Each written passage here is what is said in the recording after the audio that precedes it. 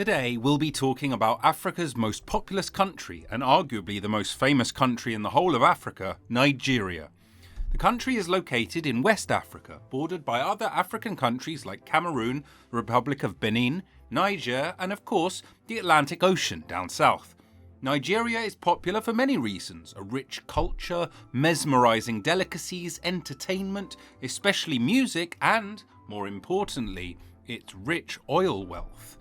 However, the country is plagued with several problems and challenges. 39% of Nigeria's population, which is close to 200 million, live in abject poverty. The inflation rate is in double figures, reaching an all-time high of 21.84 in January of 2023. It is thus safe but sad to say that the economy of Nigeria is facing a decline and a downturn. Among these problems are reports of corruption in government and domestic terrorism. Also worthy of note was a famous protest tagged #EndSARS that trended with over 3 million tweets in 2020, which was a protest against a corrupt and ruthless division of the Nigeria police force. You probably saw several videos online of protesters who took to the streets to voice out their pain and anguish. However, has the economy of the giant of Africa always been this way? What did the economy of Nigeria look like a few years after independence? What are some of Nigeria's mineral resources that have contributed to the country's economy? We'll answer all these questions and more in this video.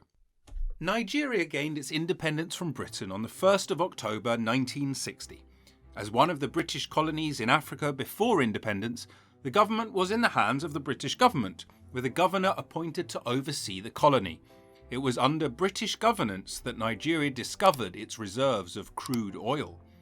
Oil was first discovered in Nigeria in a town called Olibiri, in Bayelsa State, one of the states in the Niger Delta. Oil exploration and exports accounted for over 6% of Nigeria's GDP in 2022. It is by far Nigeria's most important and most explored natural resource. Nigeria exports oil to the US and many other countries in the world.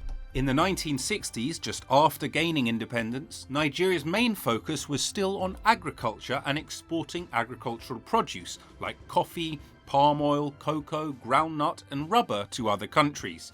You see, the plan at the time was to build the agricultural industry with proceeds from oil sales, to give the new country a solid foundation as the years passed. However, the future had other plans.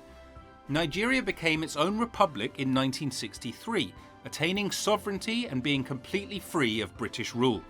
Nigeria operated a parliamentary system, with a president and a prime minister being the highest officials in the land. The government at the time supported localised agricultural production through initiatives like the Marketing Board, a scheme where the government bought agricultural produce from local farmers at decent prices. This scheme achieved two objectives.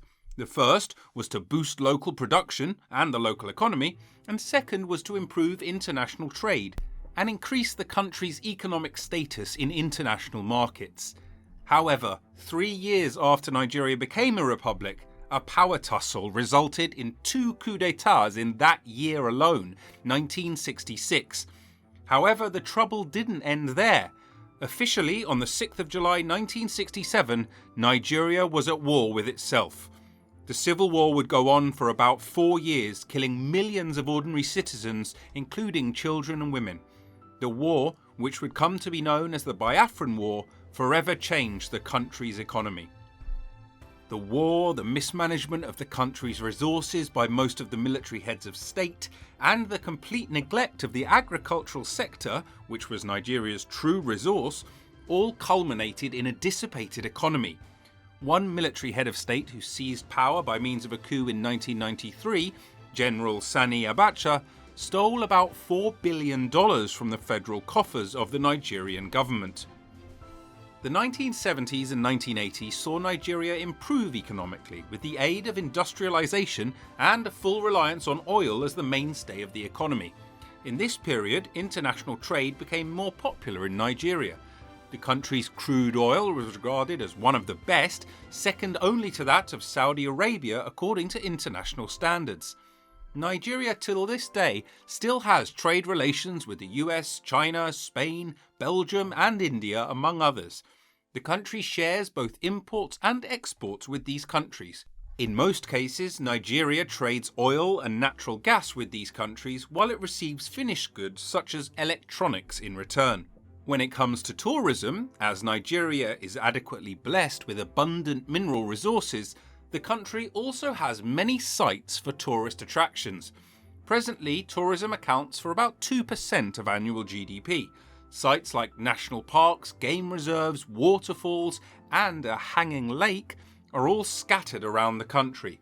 One prominent one among this is the Obudu Cattle Ranch in Cross River State, one of the monumental wonders of nature just waiting to be seen. Industrialization boomed in the 70s and 80s with the presence of food, textile and metal manufacturing companies in the country. Companies such as UAC, the Lever brothers, now known as Unilever, were running successfully in the country. Skilled workers got jobs at factories and professionals were engaged with gainful employment. However, in recent times, these companies, among others, have relocated or closed due to security concerns and other problems.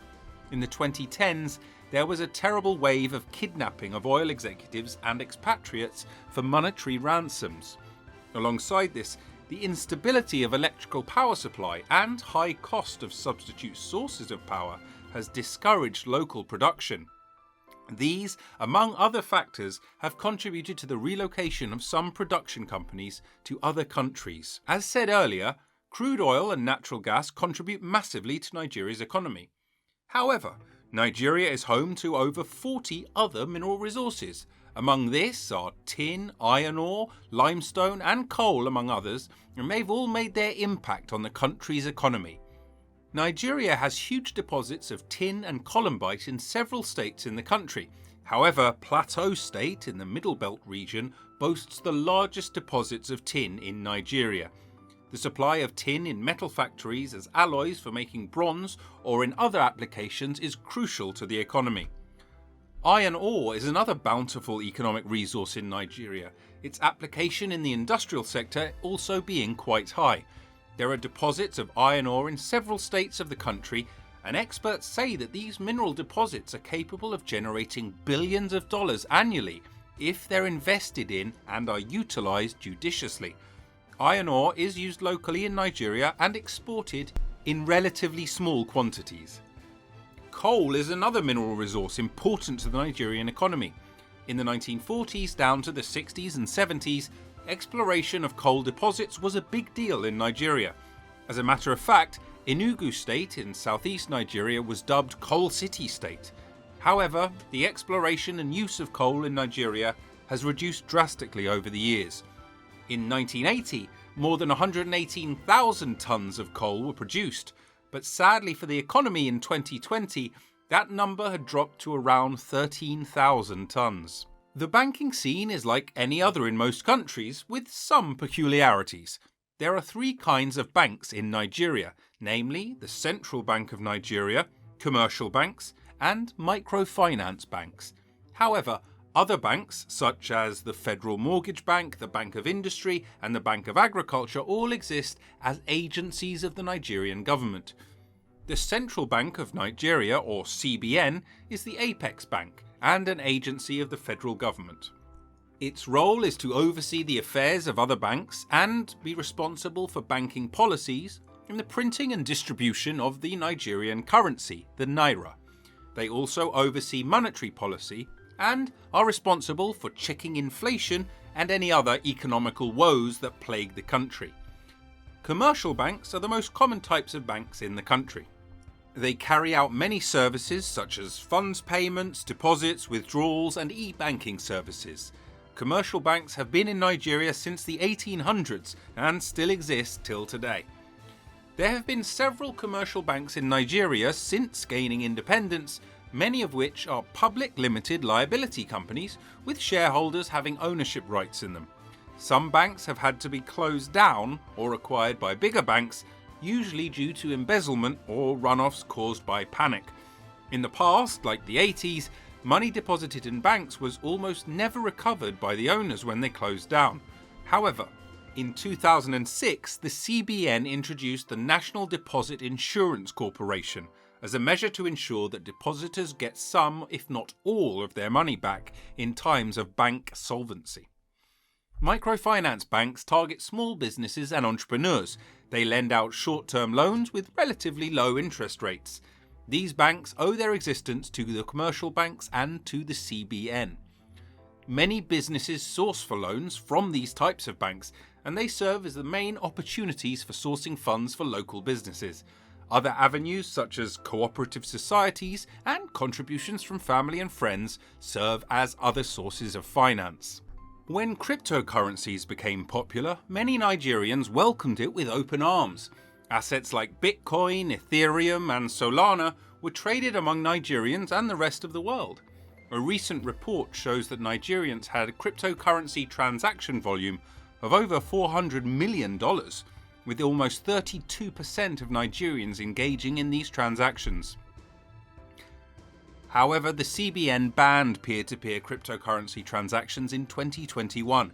They also instructed commercial banks not to accept or store cryptocurrencies in any form, stating that the government is unable to regulate it. Still, more than 22 million people in Nigeria are estimated to own crypto assets. It would be incomplete to tell the Nigerian story without talking about notable and iconic Nigerians who have made their mark in the world. They include Dr. Bennett Omalu, a neurologist and forensic pathologist who was the first person in the world to discover a brain disease called chronic traumatic encephalopathy, a disease caused by head trauma. He made this discovery while performing the autopsy of retired American football players. Dr. Ngozi Okonjo-Iweala. She is a world-renowned economist, a two-time finance minister in Nigeria, and the first African and female Director General of the World Trade Organization. Professor Wole Soyinka. He's regarded as one of the greatest literary minds of his generation and has written several dramas, poems and essays. He won the Nobel Prize for Literature and remains one of the few Africans to have done so. As said earlier, Nigeria is an excellent tourist destination. There are many beautiful places to visit, from the Great Walls of Kano State to the confluence of two rivers at Lokoja and the hanging lake of Oyo State. There are many places waiting to be seen. So, wouldn't you like to visit Nigeria someday? Thank you so much for watching this video. Please kindly like and subscribe to be notified when we drop a new video.